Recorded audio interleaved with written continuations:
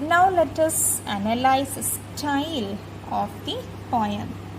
So you can see that there are total 3 stanzas, each stanza with 9 lines. Each stanza contains 9 lines. And when you see, there is no specific rhyme scheme. See, tree, sky, free, high, ni, bird, heart, harmony, tree. So there is no particular rhyming scheme, but there are rhyming words. So tree, free, you can say, but sky, high, ni, and bird, heart, harmony, tree. This is not a particular rhyme scheme, but it has rhyming words like tree, free, sky, high, ni, bird, heart, harmony, tree. Like we say also tree, bee, rain, again, plain, heritage, age, sea, tree. It has a rhyme scheme that adds to the lyrical property of this poem. And one more thing you can see is, see here the repetition of the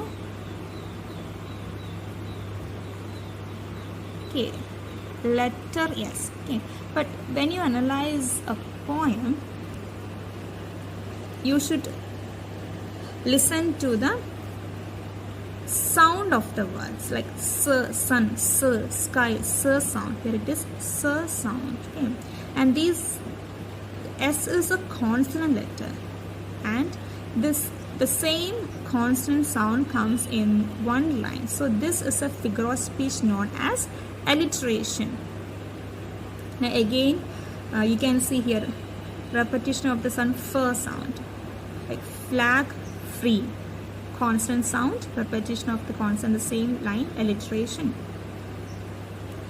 And like hushed, happy, repetition of the sound, her sound, okay, the consonant sound, her.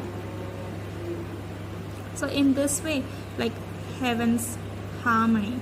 So in this way you can see so many examples of the figure of speech alliteration. Okay, if you go downwards we can see like fade and flush. Okay, likewise we can see such examples of the figure of speech alliteration. You must be careful. So alliteration means repetition of the consonant sounds, not the same letters. You have to make clear the consonant sounds in the same line. So that is known as alliteration. And the same letters most probably will be in the beginning of the word. Okay, most probably, usually it is in the beginning, like hollow is in the beginning of line. Okay. Okay, and the next literary technique that is used in the poem is hyperphora or antiphora. So hyperphora or antiphora means like raising a question and immediately giving an answer to the question. Okay, that literary technique is known as hyperphora or antiphora, asking a question and immediately giving an answer to the question. You can see the poet has used this literary technique called hyperphora in the beginning of each stanza. Okay, so we have learned about the rhyming words and also the figure of speech alliteration, and now that literary technique known as hyperphora or antiphora. Okay, and one more thing you have to learn is another figure of speech known as metonymy. So metonymy means using a name, using another name for a word, or using a substitute name for the original word, and not based on any physical appearance like simile or metaphor, but based on the association with the original one or in meaning wise. So that thing is associated with the original thing based on its meaning. So here you can see he plants a friend of sun and sky. So here what does the man is planting? He's planting a tree. So the original thing is tree, right? So instead of tree, the poet has said a friend of sun and sky. So here actually the poet should have used tree, but instead of that he has said the plants a friend of sun and sky. And you know that tree and friend, those two things don't have any similarity in the physical appearance, but when we think its association with the original thing tree, we can say that yes, it suits in this line. So metonymy is widely used by the poets because this metonymy gives a vivid picture, a clear picture of what the poet really means. Okay, he doesn't have to describe much, so it is understood by the association of this with the original name. So likewise, he plants a flag of Greece's fee. So meaning wise it suits, right? So when we use another name for one thing or for one concept which is associated with it meaningfully, then we can say that it is metonymy. Okay, the shaft of beauty, towering high, all these are examples of metonymy. Like the treble of heaven's harmony. Okay, all these are examples of plants cool shade and tender rain and seed and bud of days to be. He plants the glory of the plain. He plants a forest heritage. All these are examples of metonymy. All these are examples of metonymy. Okay.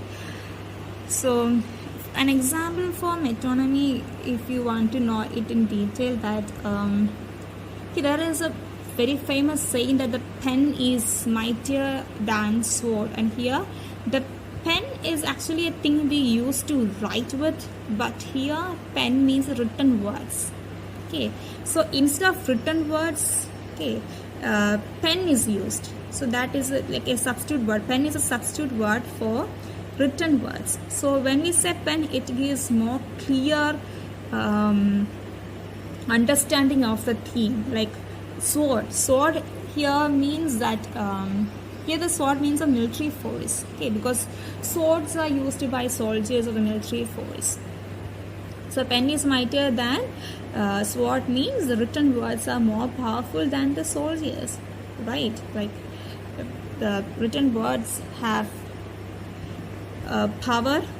more power than anything. Some words can hurt someone, some words will make immediate effect on something. You have seen that when something is reported on in the newspaper, then things will act very fast than anything else. Okay, even some words are frightened by politicians. Like words are very powerful. And another example is using like the White House to mention the president and the staff living there, or using press instead of like journalists. So these are examples of metonymy. Or using crown instead of king or queen, or the power and king associated with the queen. These all are examples of metonymy. Even we use the name of authors or poets. Like we can say I am studying Shakespeare, it means I am studying a work of Shakespeare. So instead of work of instead naming a work, I can just say I am studying Shakespeare. So these are examples of metonymy. So here he plants a friend or sun and sky are examples of metonymy. So these are the figures of speech which we can see in this poem. And in the beginning itself, we analyze the title, The Heart of the Tree, and we guess that heart of the tree meant the important qualities of the tree. But after learning the entire poem, we are confirmed that the poet really means the benefits of the trees or the important qualities of the trees. You cannot ignore a tree as just a natural thing, but it has so many benefits. We are benefit so much from trees. So it is a very important thing. It has so much important qualities, so we cannot ignore them. We have to be very careful. We have to plant more trees so that our nation and all the citizens will remain happy.